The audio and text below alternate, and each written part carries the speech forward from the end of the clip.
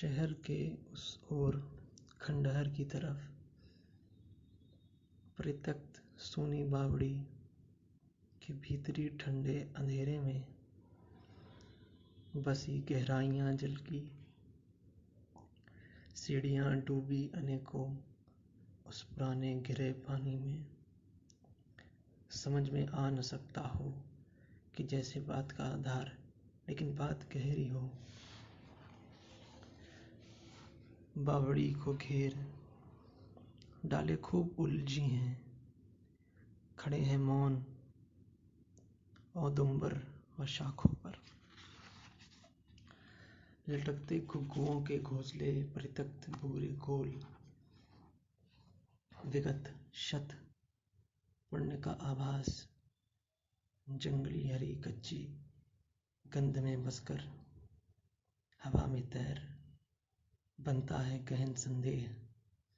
अनजानी किसी बात हुई उस श्रेष्ठता का जो कि दिल में एक खटके सी लगी रहती है।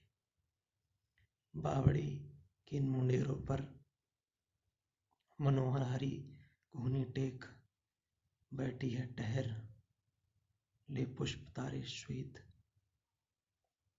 उसके पास लाल फूलों का लहकता झौर, मेरी वह कन्हेर।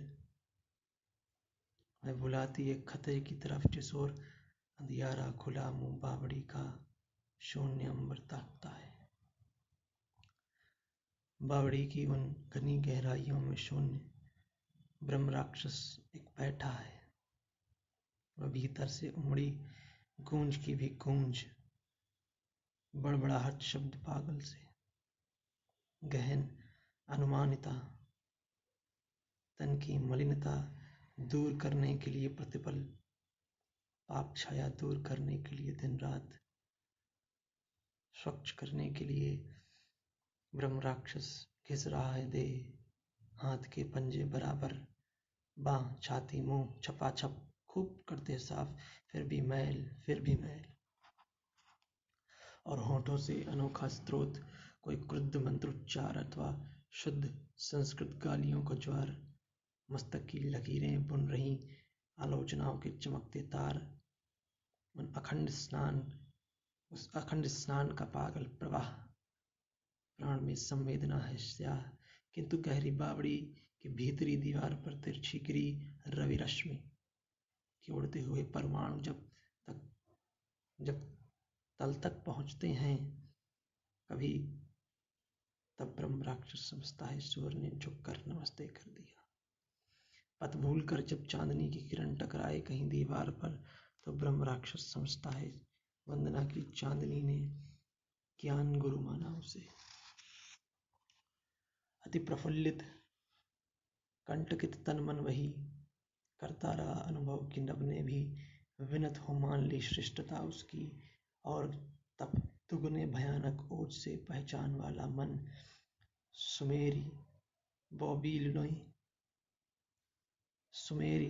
बॉबिलोनी जिन कथाओं से मधुर वैदिक ऋचाओं तक, और तब से आज तक के सूत्र छंद मंत्र थ्योरम सब प्रमेयों तक की मार्क्स एंजल्स रसेल टॉयनबी की हेडेगर व स्पेंगलर साथ गांधी भी सभी के सिद्धांतों का नया व्याख्यान करता हुआ नहाता ब्रह्म राक्षस श्याम प्राक्कथन बावड़ी की उन घनी गहराइयों में शून्य।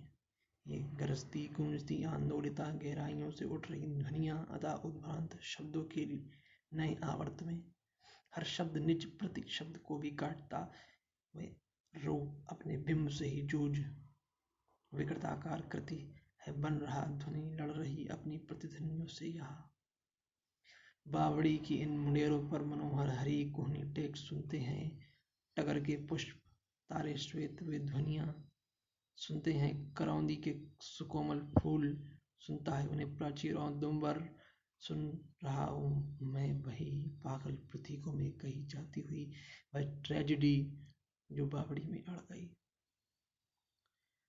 खूब ऊंचा एक जीना सावला उसकी अंधेरी सीढ़ियां, वे एक अभ्यंतर निराले लोक की, एक चढ़ना और उतरना पुनः चढ़ना और लुढ़कना, मूछ पैरों में व छाती पर अनेकों घाव, बुरे अच्छे बीच के संघर्ष से भी उग्रतर अच्छे व उससे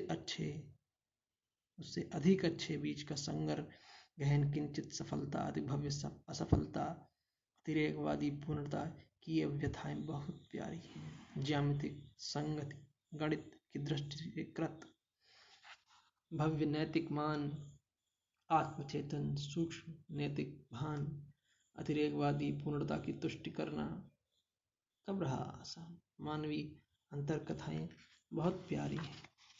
रवि निकलता लाल चिंता की रुधिर सरिता प्रवाहित कर दीवालों पर उदित होता, चंद्र वर्ण पर बांध देता श्वेत धौली पट्टियां, उद्विग्न भालों पर सितारे आसमानी छोर पर फैले हुए अनगिन दशमलव से दशमलव बिंदुओं के संवर्तः पसरे हुए उलझे गणित मैदानों में मारा गया वह काम आया और वह पसरा पड़ा है। पक्ष बाहें खुली फैली एक शोधक की, व्यक्तित्व वह कोमल स्फटिक प्रसाद सा, प्रासाद में जाना व जीने की अकेली सीढ़ियां व चढ़ना बहुत मुश्किल रहा।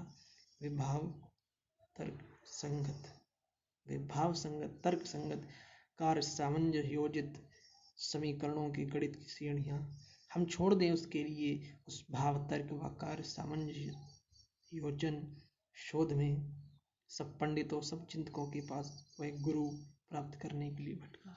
किंतु युग युग बदला वह आया, कीर्ति व्यवसायी लाभकारी कार्य में से धन और धन में से हृदय मन और धन अभिबोध अंतःकरण में से सत्य की झाई निरंतर चिलचिलाती थी। आत्मचेतस किंतु इस व्यक्तित्व में थी प्राणमय अनबन, विश्वचेतस बेबनाव महत्ता के चरण में था। विषादाकुल मन मेरी उससे उन दिनों होता मिलन, यदि तो व्यथा उसकी स्वयं चीकर बताता मैं उसे उसका स्वयं का मूल, उसकी महत्ता वह उस महत्ता का हम शरीकों के लिए उपयोग, उस आंतरिकता का बताता मैं महत्व।